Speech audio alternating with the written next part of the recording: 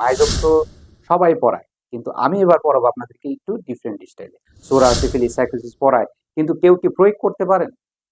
বা প্রশ্ন হলো যে এটা পড়ার পর আমি তো কিছুই বুঝলাম না, কি এখানে? তো এই সকল প্রশ্নের সমাধান যদি পাস্ট হিস্ট্রি দেখি, তার রিংওয়ার্ম ছিল, টাইফয়েড ছিল, পালমোনারি টিউবারকুলোসিস ছিল, টিবি রোগ ছিল, ভ্যাসিকটমি অপারেশন করছে, তার বংশগত আছে, কিন্তু এখন প্রমিনেন্ট হিসেবে তার এখন সিফিলিস। তো আমরা তাকে সিফিলিস মায়াজামের কিছু মেডিসিন এখন তাদেরকে প্রডিউস করব, ঠিক আছে?